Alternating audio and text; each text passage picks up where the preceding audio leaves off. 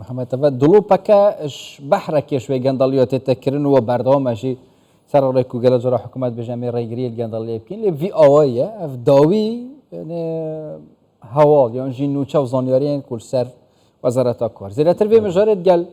برئيس شيروان دو برداني اندام برلمانتو عراق ام باخفين برئيس شيروان قالك سپاس کوین قال مدانه سروی نوچه و زانیاریا وزارت کار پارلمانت عراق چه پلانکه وزیری بانکش بکد بر پرسنت نافوان وزارت دا بانکش بکش بوی یعنی لی پرسینی سروی مسئله بله زور سپاس او کاته باش بو جنابتان بو بینرانی خوشویست او زانیاریا تازه لای هندک فرمانبران یان لوزارتی کار وەکو کە دزانین ئەوە چەندە وەزارەتی کار پێش هەڵبژاردننی ئەنجومەنی پارێزگەکان وەکو وەزارەتی کۆچ و کۆچبران و هەندێک وەزارەتی یان دەستگای حەشد و یان چەندین لایەن دیکە سیاسی ئەو وەزارەکانیان بەکاریان هینایە بۆ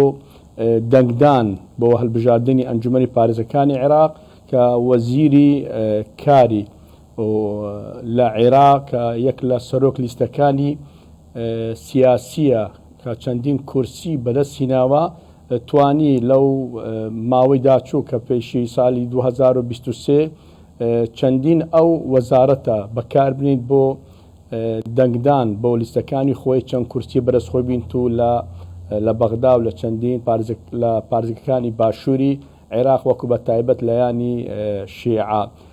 زانیاریمان هەیە کە هەندێک ناڕازایی هەیە لەکن سەرۆک ئەنجومەنی وەزیرانی عێراق بە تایبەت لەسەر وەزیری کار وا دیارە پلانی هەیە سەرۆک وەزیران کە گۆڕانکاری بە وەزیری کار بکات لە ماوەی دابێت کە یەک لە بەرنامەی تعدیلی وەزاری حکوومەتی محەممەد شیاع سوودانیە ئەوەی کا زانیاریمانی بەڵێ کاک شیروان ینی سێ چوار ناوە شەریف لە ناو لیستی موچەیە هەبوو هەرچی میدیای عراقیە ینی کردیانە هەرا ڕۆماڵ بەرنامە و بەشێک لە پەرلەمانتارە کوردەکان لای خۆشمان ینی ئەم بابەتیان و ڕوژار قسەیان لەسەر کرد بووە هەرا و هەڵایەکی علامی گەورە لەسەری باشە 150,000 پیا و لە عراقا خۆی کردووە بەژن و موچی بێوەژنانە وەرەگرێ لە کاتێکە خەڵکی تر هەیە حەقا لە ناو عراقا و موچی وەرەبگرێ موچی پێ نادرێ و خاوەنی سەروەت و سامان و مڵکێکی زۆرە بۆ چییە مەقسەی لەبارەوە ناکرێ بۆ هەڵایەکی میدیای گەورە لەسەر ناکرێ بۆ یان مەسەلەیە ینی خۆپشاندانی لەسەر بکرایە بخۆی کێشەکەی ئێمە کورد هەر بە خۆمانی لایە هەندێک ئەندام پەرلەمان یا هەندێک لایانی سیاسی لە پەرلەمانی عێراقا ئەو کێشەکانی کەیتمان موچەی فەرمانبەرانە یان شایستەی دارەی هەرێمی کوردستانە هەموو کێشەکانی هەر خۆمانن هەر ئەندام پەرلەمانی کوردستانە یان لایانی سیاسی کووردە ئەمە دزانین ئەوڕۆ 11 ساڵە حکوومەتی فدرالی عێراق بەبێ حساباتی ختامی ئەوە لە جیهان یەکەمین جارە یعنی ساڵی پێشتر کە ئەمە دەنگمان لەسەر بودجەی 2023 دایە کە دوای تقریبا 23 یان 28 مانگی 6 بۆ حوزەیران زانیاریمان هەیە کە گەشتە 206 تریلیۆن بودجەی عێراق ساڵی 2023 ئایا ئەندام پەرلەمانی کورد کە ئەو حساباتانە دەکەن لەگەڵ هەرێمی کوردستان پرسیارن بە حکومەت کردیە بەشی هەرێمی کوردستان 12.67 یان ئەو 206 تریلیۆنە کە هاتی خەزینەی دەولا وەک وەزارەتی دارایی یعنی ئاگادارین کە 154 تریلیۆن زیاتر حکومەت نەفقاتی فعلی سەرف کردووە بەشی هەرێمی کوردستان پرسیاریان کردیە ئاگاین لە سنوور هەیە ئاگاین لە دەواازەکان عێراق هەیە ئاگاین لە مینا بەسڕا هەیە ئاگاین لە گەرێبەستەکانی نەوت عێراقەیە نەخێر ئاگاین لە چینی ئەوان مەبەستیان و ئامانجەکانە ئەوەیە قەواری هەرێمی کوردستان و پارتی دموکراتی کوردستانە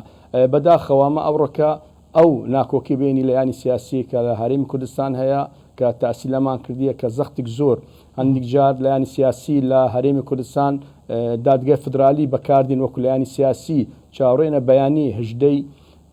12 عەفوەن شباط بریاری دادگای فدرالی بۆ هەڵبژاردننی پەرلەمانی کوردستان ئەوە هەموو زەختێکی سیاسیە لەسەر پارتی دیموکراتی کوردستان لەگەڵ هەندێک لایانی شیعە و لەگەڵ هەندێک لایانی سیاسی کوردن بەڕێز شێروان تە بەحسە زانیاریان کرد و محەممەد شیاع سوودانی گۆڕانکاریان وەزاری دەکەت چه وەزارەتە کاریان ژە هەر وەزارەتەکە دی گۆڕانکاری بتنێ لادانا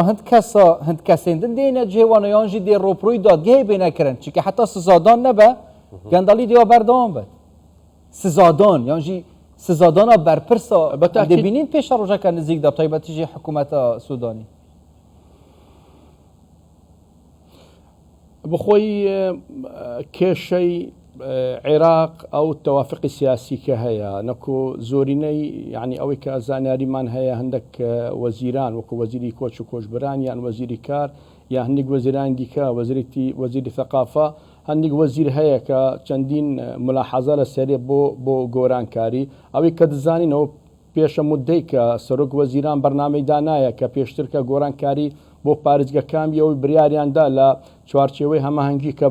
پارێزەکان بەردەوا من حتا هەڵبژاردن بەس دوای هەڵبژاردن پارێزگەکان کە دەستشان دەکرد لای ئەنجومەنی پارێزگەکان تعدیلێکی وەزاری هەبی چەندین وەزارت فەشەلیان هیناوە یەک لە وەزاری کۆچ و کۆچبرانە کە چەندی مەلەفی گەندەڵی لەسەری هەیە وەزیری کار کە لەو چەند ڕۆژە کە لە بەغدا بین کە دەنگێک زۆر بەهێز هەیە کە محەممەد شیع سوودانی کە دوای چەندین ئەو بابەتانەی کە استیغلال کریای لای وەزیرەوە بۆ مەسلەی هەڵبژاردن و دەنگدان و لەسەر ئەنجومەنی پارێزگەکانی عێراق کە وەزیر بەکاری هینا یەک لە گۆڕانکاریەکانە وەزیری کارە بەستا من گۆڕانکاری بتنێ دێ لادانە وەزیری کاربەتیانژی دێ پەرلەمنت و هەوڵ بدە وانا ڕۆپڕۆی دادگاهێ بکەن بێنە سزادان ما پێشتر چ وەزیر و چ بەرپرس سزا درایە یاندایە دادگا هەموو توافقاتی سیاسیە و قەزاش لە عێراق قزایکی سیاسی زەختش سیاسی هەیە بە تاکید لا دەدرێت و نادرێت دادگا پەرلەمانش ڕاستی ئەو دەسەڵاتی نەماوە ئەوڕەکە پەرلەمان وەکو تەشریع و وەکو یعنی چاودێری ئەوڕەکە زۆرینەی لەیانی سیاسی پەرلەمانیان بێهێز کردیە ئەو توافقاتی کە سیاسی هەیە ئەوەندە وەزاراتی کە توزیع کرایە لەیانی سیاسی بە تاکید بێتە یعنی حساباتێکی بینی لەیانی سیاسی زۆر باشە هەر ئەوەندەیە سەرۆک وەزیران بتوانێت کە داوای تعدیل وەزاری بکات و یان گۆڕانکاری لە چەند وەزیر بکات زۆر باشە کاک شیروان لە کۆی 900,000 خێزانی چاودێری کە پارەی چاودێری وەرەگرن 400,000یان شایستەنین بەو موچەیە یاخود موچەی چاودێری نایانگرێتەوە بەڵام موچە وەرەگرن گەندەڵی قوڕی عێراقی گرتووە پێشبینیەکەن پێش هەمواری یاسای بودجە ئەمانە چارەسەر بکرێم گەندەڵیانە چونکە بەڕاستی پارێکی زۆر بەهادەرەدێ ئەوەی کە باسەکری لەو داتە و ژمارانی کە بڵاوەکرێتەوە لە عێراقا کێ حسابی دەکات یعنی کێ ئەوانە دێتە بەردادگا یعنی ئەوڕەکە زانین ئەمە دەسەڵاتی زۆرینە بەرزتی